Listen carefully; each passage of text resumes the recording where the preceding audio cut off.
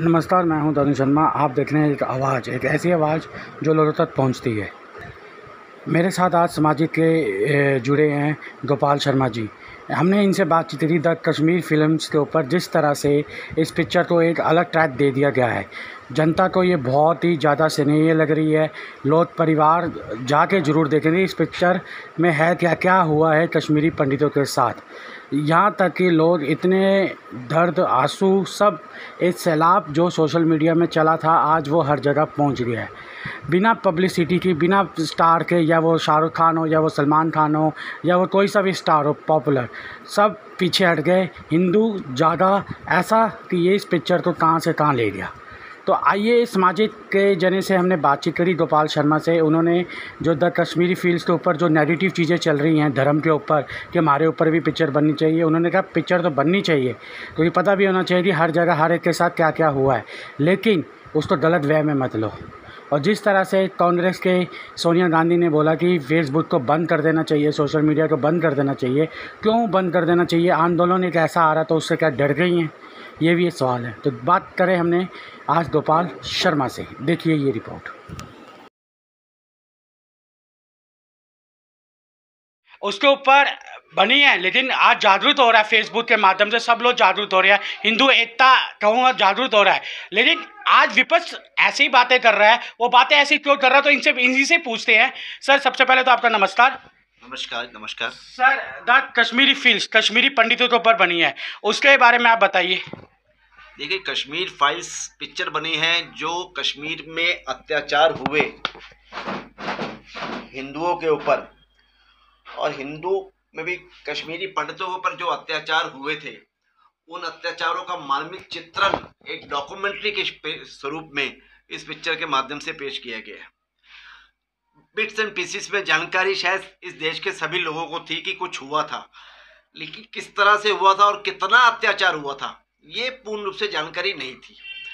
तो वो जानकारी इस पिक्चर के माध्यम से पहुंची है कि 1985 से ही लगभग ये घटना जो पिक्चर में भी दिखाई गई है 1990 से दिखाई गई है, लेकिन इसकी पृष्ठभूमि 1985-1984 के बाद ही तैयार हुई थी। उस समय किसकी सरकार थी ये सबको जानकारी है। धीरे धीरे ये माहौल वहाँ पर बनना शुरू हुआ, अलगाववाद की भावना बढ़ी।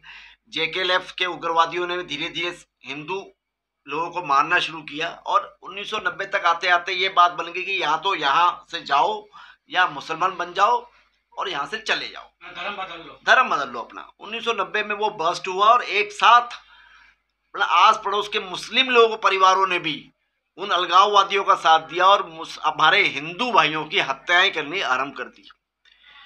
लगभग लाखों की संख्या में हिंदू भाइयों को वहां से कश्मीर से निकलकर भारत के अन्य अन्य भागों में जाकर शरणार्थी के रूप में रहना पड़ा।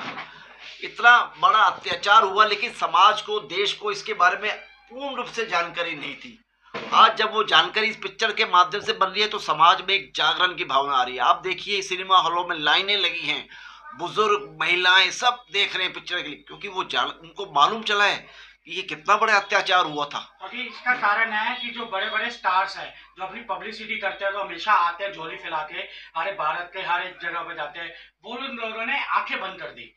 यहाँ तक कि अनुपम खेर ने, जो द कश्मीरी फिल्म से कलाकार थे सभी, यहाँ तक कि डायरेक्टर्स, उन्होंने ख्वाहिश करी कि इस पिक्चर को बंद कर रहे हैं, इस पिक्चर में बैन करने वाले हैं, हिंदू जागृत हो जाओ। उन्होंने एक अपील ऐसी क्या करी, तो एक आंदोलन ऐसा चला पूरे भारत में भी कहूँगा, बाहर भी जब धीरे धीरे दिखाने लगे, तो वो लोग जो द कश्मीरी फिल्म के जो कश्मीरी पंडित है, उनके ऊपर जो दर्द हुआ, उनके परिवार के, वो लोग भी सब सामने आने लगे। हुआ ये है कि अभी पिछले कुछ सालों से सेकुलरिज्म के नाम पर एक हमारी इंग्लिश जो हिंदी फिल्म जो श्रेणी है, जो फिल्म इंडस्ट्री है, उसमें भी ऐसे लोगों का ही बिल्कुल, जिसे कहते हैं ना, मजबूती के साथ वो ऐसे लोग खड़े हैं जिनके लिए ये विषय बिल्कुल गौण है। ऐसे ही सब लोग हैं, महेश भट्ट और ऐसे बहुत सी लोग ऐसे हैं जिन्होंने इस विषय को हमेशा गौण ही समझा है। तो आज धीरे धीरे इस फिल्म फैटर्निटी से भी ऐसे लोग निकल के आ रहे हैं धीरे धीरे, आज जो इस विषय को उठाना चाहते हैं, और आने वाले समय में भी ऐसे लोग आएंगे।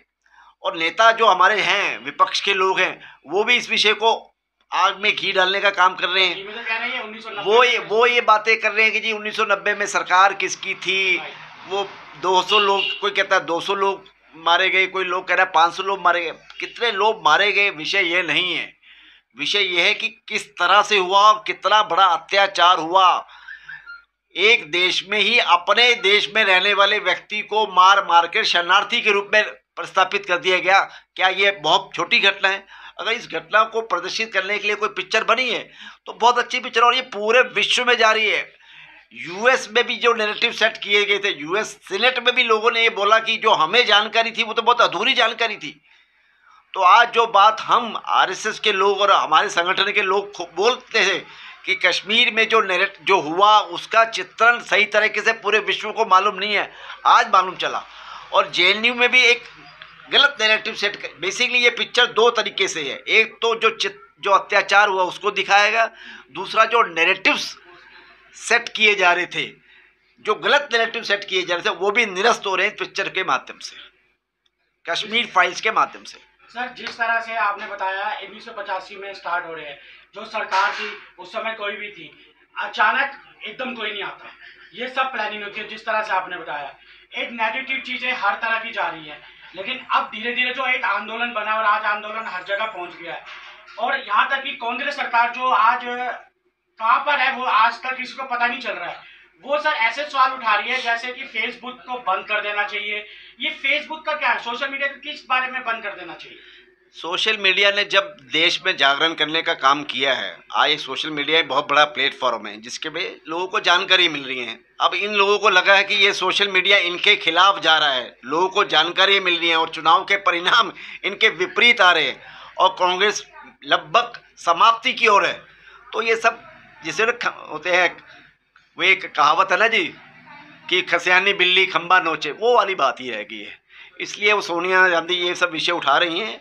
अदरवाइज सोशल मीडिया एक बहुत बड़ा प्लेटफॉर्म है, पॉजिटिव वे में समाज में जागरण का काम कर रहा है, लेकिन उनको लग रहा है कि इस प्लेटफॉर्म के माध्यम से समाज में जागरण आ रहा है, हमारी बात कहीं कमज़ोर हो रही है, हम कमज़ोर हो रहे हैं, इसलिए वो बातें कर रहे हैं। सर, लास्ट शब्द, हिंदुओं को जागना क्यों पड़ता है? क्यों हम बोलते हैं कि हिंदू जाग जाओ? जब तक उनको बोला ना जाए सोशल मीडिया में, ये शब्द ना बोले जाए, हम किसको जाग रहे हैं? और फिर ये दूसरा सवाल जो है विपक्ष की तरफ है कि हिंदू तो जागा हुआ है, हिंदू कहाँ सोया हुआ है? तो सर आप बताइए दोनों में क्या अंतर है? हिंदुओं का जागरण की प्रक्रिया चालू हुई है जी। समय आज 1950 के बाद से लगातार 1925 के बाद जब से आरएसएस बनी है और फिर 1947 के बाद जो दंगे हुए, 1947 में क्या हुआ, हिंदुओं पर क्या क्या अत्याचार हुए, धीरे धीरे हमने अपने संगठन का विस्तार किया और धीरे धीरे हिंदुओं को जागरण करने का काम किया है। ये बात से मैं बिल्कुल मानता हूँ। जब से सोशल मीडिया आई है और यहाँ 2014 के बाद जब सरकार बदली है तो बात धीरे धीरे लोगों को और समझ में आनी शुरू हुई है और हिंदू में एकता ज़रूरी है। ये हिंदुओं में अपने आप में भावना धीरे धीरे प्रस्थापित हो रही है, लेकिन अभी भी कई जगह संदेह की परिस्थितियाँ हैं। बंगाल में जो हालात है, केरल में जो हालात है, वो दिन भी दूर नहीं कि कहीं बंगाल और केरल भी कश्मीर ना बन जाए। धरातल के नीचे ऐसी परिस्थितियां क्रिएट की जा रही हैं कि हिंदुओं को कहीं वहां से भी प्रतिस्थापित ना होना पड़े। इसलिए हिंदुओं का जागरण बहुत जरूरी है। कश्मीर फाइल्स ने जगा दिया है, लेकिन ये बात को भी ध्यान रखना है कि अब दोबारा सोना नहीं है, हमेशा जागृत अवस्था में ही रहना है। सोना नहीं है, दोबारा व्यवस्था में रहना है।